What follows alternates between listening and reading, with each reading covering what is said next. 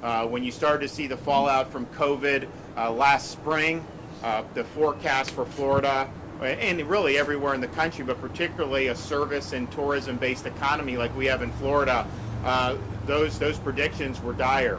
Well, I'm happy to report today that once I sign this budget, we will be signing a budget that responsibly supports our men and women in law enforcement, our K through 12 education students and teachers, conserves and protects our great environmental and natural resources throughout the state of Florida, but does so in a way that has the lowest per capita tax burden of any state in the country, and that has what will probably be $10 billion in reserve, which will be about 10% of the overall budget. And so you would have said that a year ago, no one would have believed that that would have been possible, and yet here we are. And part of the reason we were here is because we've had good stewards in the legislature who are who spend conservatively and responsibly, but also the fact that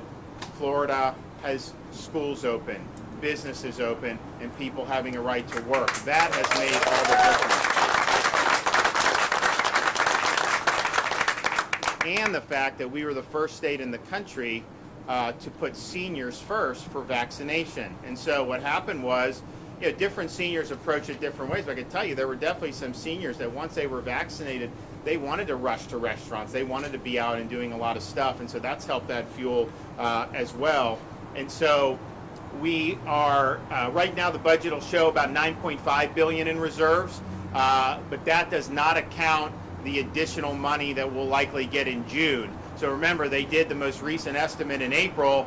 We got almost $800 million over estimate in April. It looks like for May we're going to be $500 million over estimate in terms of revenue coming in.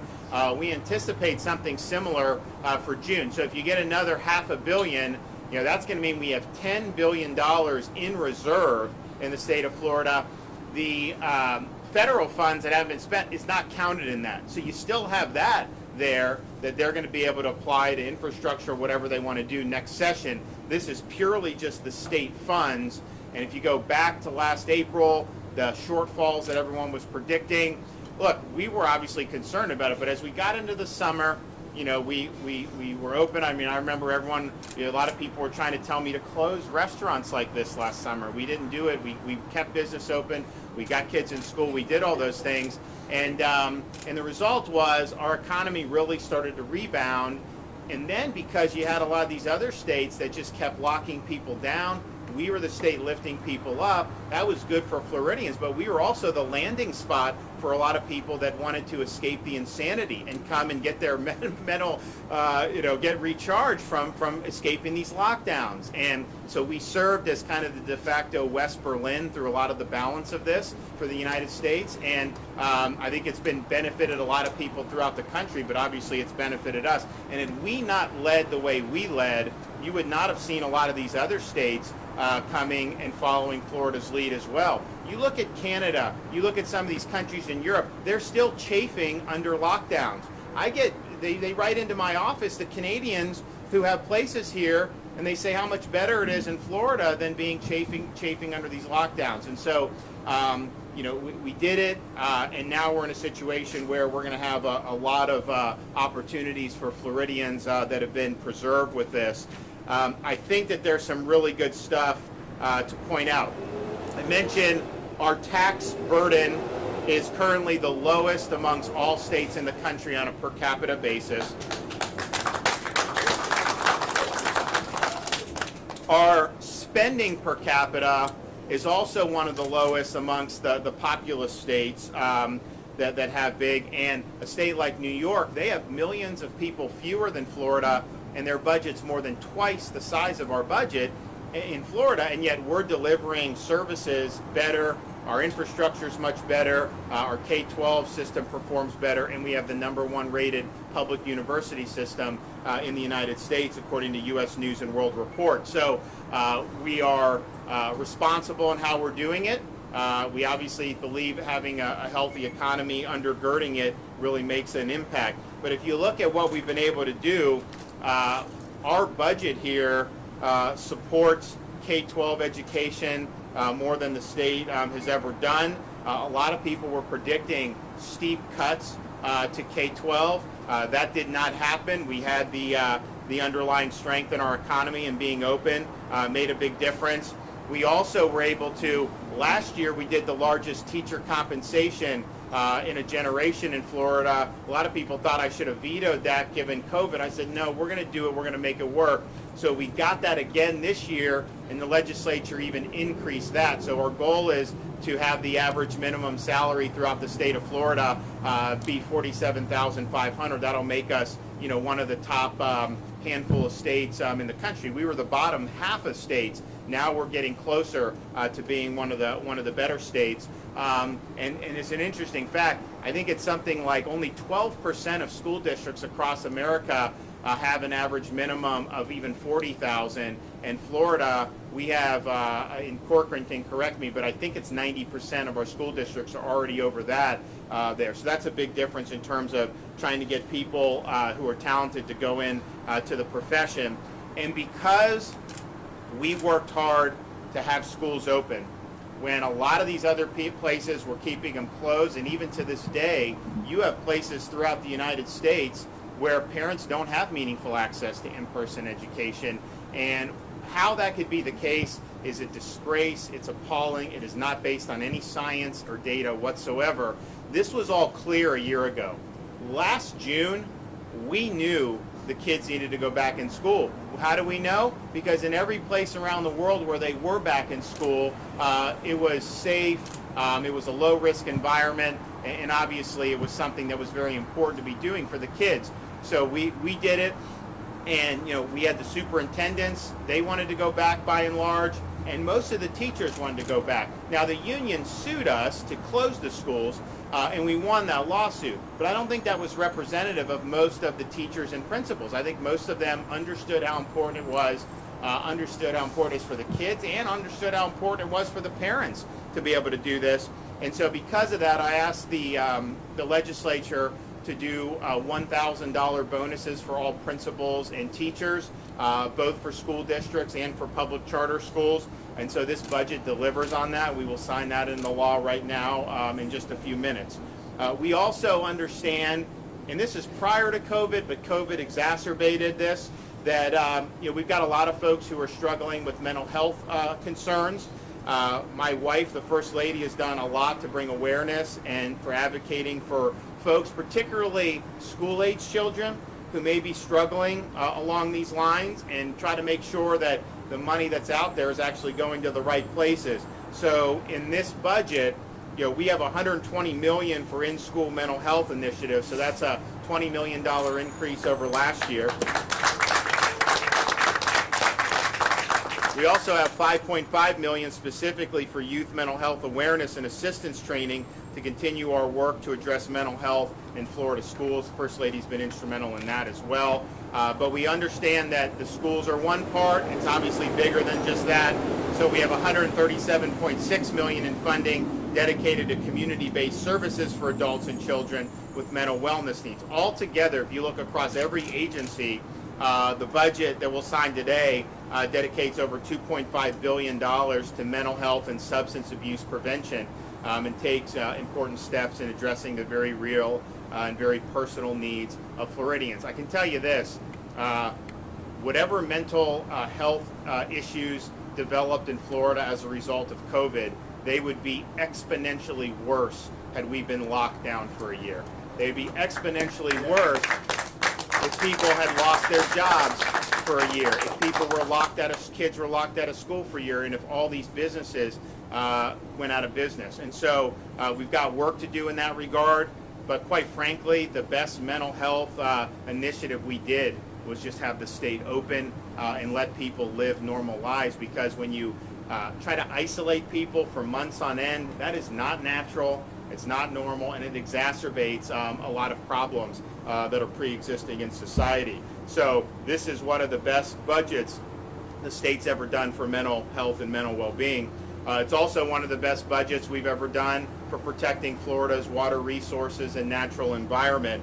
This is a central issue for our state. It was one of the major issues that I promised I would tackle when I became governor.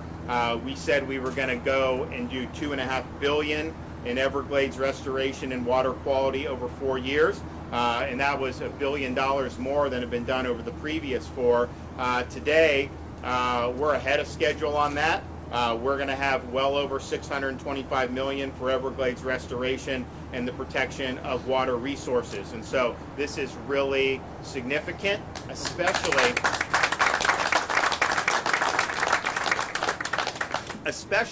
when you think about where people were assuming we would have been a year ago. A lot of people thought that this would we would lose our momentum with all that we've been able to achieve for Florida's environment, and in fact, we've been able.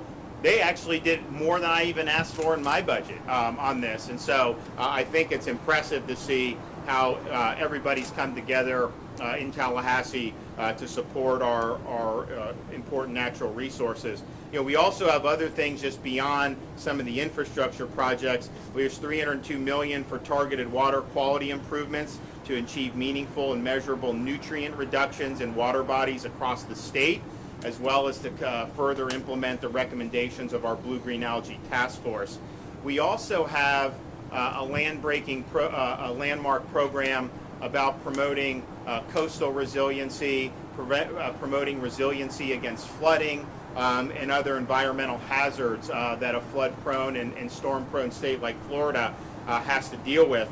And so we established the Resilient Florida program at my request. I signed that into law a couple weeks ago. That program has initial seed money of $500 million that will be in there, and then we now have a stream of money recurring over $100 million every year for resilience efforts. And so you have certain areas in Florida, you know, prone to having severe flooding. There's things in infrastructure you can do to mitigate that. And I think that this is something that is a long-term commitment from our state, and we're happy that we were able to get it done. We also understand that one of the jewels of our state is that we have 1,300 miles of coastline. That's one of the reasons why people want to come to Florida. That's why a lot of people want to live in Florida. This budget includes $100 million in beach renourishment funding to continue addressing Florida's critically eroded shorelines.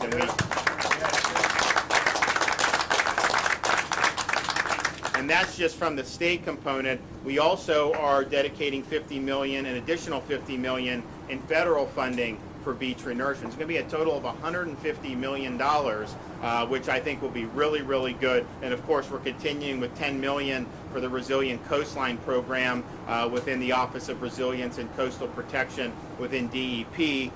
So this is something, these coastal resiliency grants will help protect Florida's coral reefs, which is obviously a first line of defense from storm surge. Also, they're a major tourism attraction.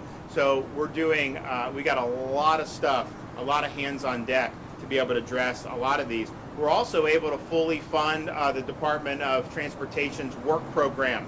So these investments are $10.3 billion. The investment will provide for the retention and creation of more than 148,000 jobs. And if you look what we were able to do when COVID hit, when people were working remotely, you saw a big reduction in traffic. We sped up some of those projects. We were able to make some good progress on I-4 in the Tampa Bay area and some other parts around the state, which was good. As the revenue declined, you know, there was a concern that we were not going to be able to do future projects on target. Now with what the fully funding of this, we're back on schedule, and hopefully we'll be able to even get ahead of schedule because of the significant investments that we've been able to do. So we're a growing state. We're proud of our infrastructure programs, but at the same time, we have to make sure that we're staying ahead of the curve. So our commitment to that is going to remain steadfast.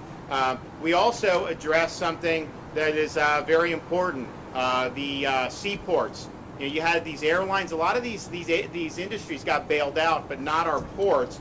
And granted, some ports in Florida do very well with the traditional shipping. Other ports, like Port Canaveral, here in Central Florida, much more dependent on cruise operations, which have been mothballed by the federal government for over a year. And so that's caused a big loss of revenue. So we're able to do $250 million from some of our federal relief funds to support our seaports so that they can return to pre-pandemic operational levels. And I think that that's going to be very, very important. Legislature has also given me almost $75 million for the Job Growth Grant Fund. So that's a fund that I can use, usually working with local governments to establish infrastructure improvements or job training projects. And I know we've done stuff in Central Florida. We did the airport in Brevard County a couple years ago.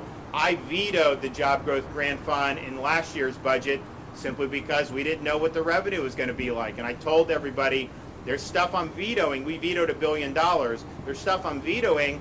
Some of this stuff is my stuff. So it's not necessarily me saying it's bad. It's just we're in uncharted territories. We got to make tough decisions. So we didn't have the Job Growth Grant Fund this past year. Starting July 1st, we'll have it again. It's a pretty significant amount of money, and we're going to be working hard to solicit requests from a lot of our communities throughout the state of Florida. So we are honored to be able to be here and sign this budget today. I think that there's a lot of great stuff going on in the state of Florida, and I think the budget really reflects a state government that is meeting the core concerns of Floridians. I didn't even mention we did $1,000 bonuses for all law enforcement and first responder. That's in this budget.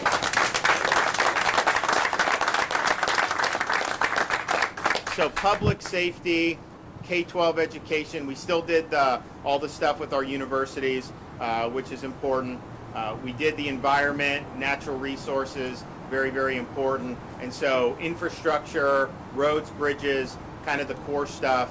And we're going to probably have $10 billion in reserve after we get the June numbers in, but clearly we're going to have $9.5 billion in reserve, meeting the needs of Floridians, all with having the lowest per capita tax burden in the country. And so we're proud of that, and we're going to make it official here in 1 second. Oh, before I do that, I forgot to mention. So our vetoes were about $1.5 billion. However, most of what I vetoed last time was coming from general revenue, some of the trust fund money and all that, and we did $1 billion. The vetoes here are mostly, the lion's share of it is the federal money that was going to go to our new emergency response fund.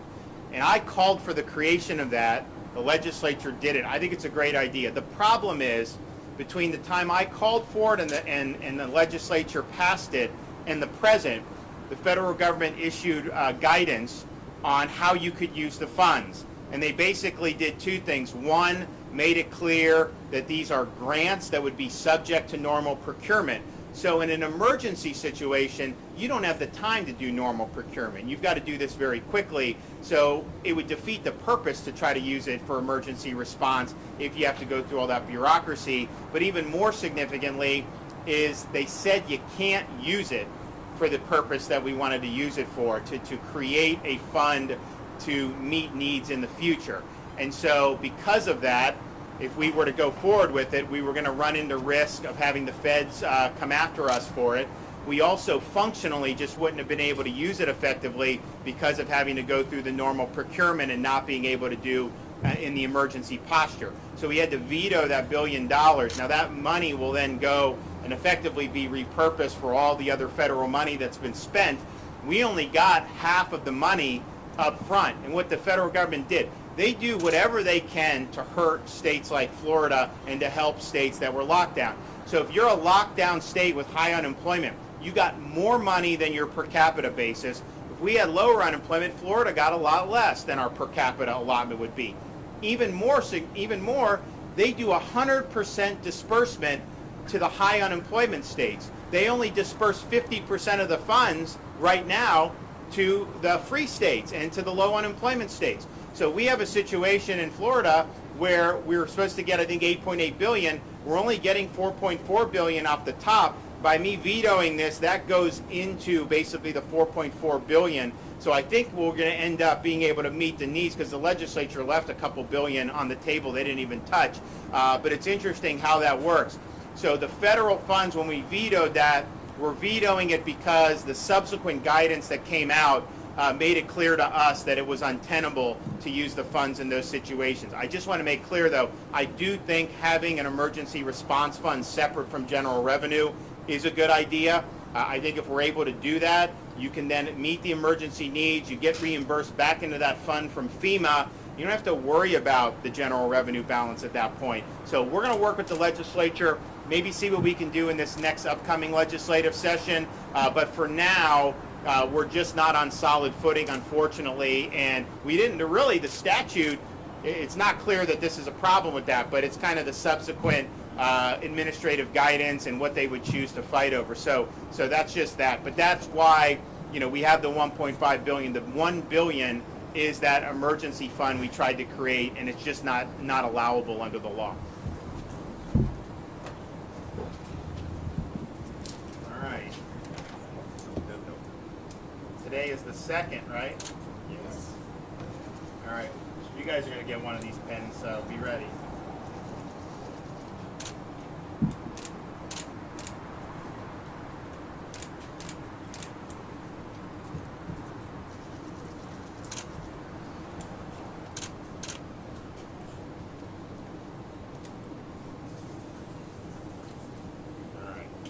You're racking up these things. Thank you, sir. Thank you, sir. Here, pass those out. Thank you very much. All right. Budget. Oh, Got it done.